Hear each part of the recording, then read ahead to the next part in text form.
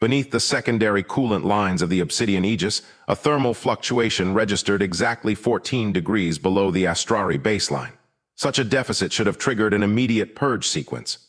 Sona pressed her pale fingers against the console. Through the heavy floor grates, the ship's idle hum masked whatever crawled through the ductwork. The heat signature was moving. It carried a deliberate precision absent from standard vermin. Unnoticed by the primary sensors, the anomaly persisted. A newly acquired biological asset was supposed to remain confined within the quarantine zones until High Admiral Lyra Kale finalized integration protocols. From her trainee station, Sona tracked the creeping blue dot across the holomap. 3 layers of biometric security, the creature bypassed without tripping an alarm. I thought I was documenting the final days of a fragile creature. I should have been watching his hands. 4 standard cycles prior, within the magnetic holding cells of the Zenith hub, the human exhibited none of this stealth. Elias Thorne walked the perimeter of his containment field for hours, dragging his knuckles against the bulkheads. To the Astrari guards, this indicated deep psychological distress. They recorded his behavior as the terminal anxiety of prey. They never measured the structural acoustics his hands were testing. High Admiral Lyra Kale did not wait for the formal bidding process. Bypassing the merchant guilds entirely, she transferred a fixed, exorbitant credit sum to secure the Terran. Upon his arrival in the lower engineering bay, the friction between his fragile biology and the rigid Astrari warrior culture became absolute. Sona monitored the atmospheric vents and magnetic compression systems during this tense integration. The warship relied on a delicate balance of polarized fields to contain raw plasma flow within the main drive. A variance of even 2% in the compression coils would cause a catastrophic system cascade, vaporizing the lower decks instantly. She assumed the fragile human would avoid the high radiation zones. Instead, he gravitated toward the most volatile sector. The tertiary relay controlling the aft stabilizers began failing during an orbital adjustment. Warning klaxons bathed the bay in harsh amber light. Before Sona could initiate the emergency shutdown, Elias bypassed the safety railing. He ignored the standard calibration tools. Jamming an emergency coupling sleeve into the sparking conduit, he forcefully realigned the conductive polymer by hand. The alarm silenced. Retreating to a darkened corner, Elias methodically dismantled his emergency rations. He tore long strips from the hem of his uniform. When he quietly pocketed the charred, discarded relay coupling sleeve, Sona logged the action with profound pity. The stress of captivity had shattered his logic centers. Garbage he was hoarding. "Your presence contaminates the workspace," Jackson declared. The Vanguard's primary quartermaster slammed a heavy metallic gauntlet onto the workstation. "A species that cannot defend its own territory has no place here." Elias did not look up. He simply planted his elbow firmly on the steel surface. The communication array shrieked before Jackson could engage. An encrypted distress signal broke through local interference from Crimson Prime. A high-ranking intelligence officer had been captured by the Lattice. Mobilizing rapidly, the enemy fleet severed the extraction vector. The Obsidian Aegis diverted course, dragging the fragile human directly into an unwinnable war.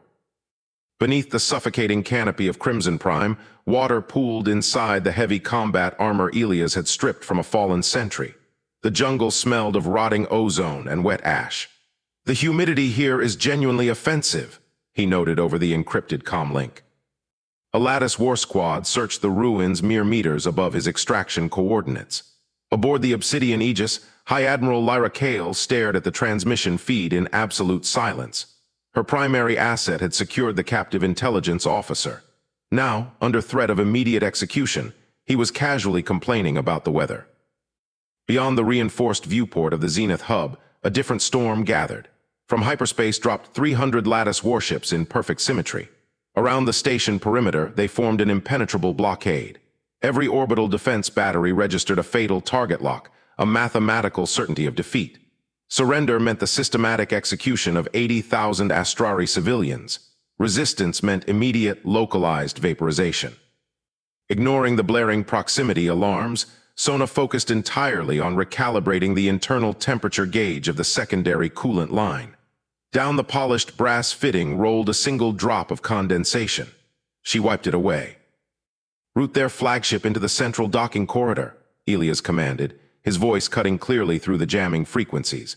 Jackson snarled at the absurd tactical suggestion. A Vanguard commander never retreated into an enclosed structure. It defied the fundamental geometries of Astrari warfare. But Lyra signaled the helm with a sharp hand gesture. Reversing thrusters, the Obsidian Aegis pulled the massive lattice dreadnought directly into the station's primary structural embrace. The trap snapped shut. Those repetitive knuckle drags against the holding cell bulkheads had mapped the exact resonant frequency of the station's structural pylons. Directly into the hub's main capacitor grid, Elias had wired his rigged extraction shuttle. In a blinding white wave of electromagnetic energy, a localized pulse, the docking corridor erupted. Searing, silent heat washed across the observation deck. Stripped of all propulsion and shielding, the Lattice flagship went entirely dark. Sona gripped her primary calibration wrench. Her bluish knuckles turned pale against the metal. On the external diagnostic monitors, the detonator core of the makeshift EMP glowed violently, the discarded relay coupling sleeve. He had not been breaking down under the psychological pressure of captivity. He had been quietly manufacturing a high-yield conductive payload from their engineering trash. Blind and powerless within the station's pylons, the enemy dreadnought became a massive iron coffin. The remaining Lattice fleet broke their symmetrical formation. Terror rippled through their rigidly ordered ranks. They fled the sector without firing a single plasma volley. 4 decades passed before an Astrari vessel returned to that dead sector. The Zenith hub remained exactly as the sudden battle had left it. Above the main engineering arch, a new classification plaque rested against the cold steel. The bronze lettering designated Terra as a Class 9 containment risk. Beneath the heavy glass of the archive display sat a single, charred relay coupling sleeve.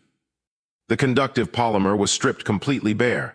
No dust settled on the casing.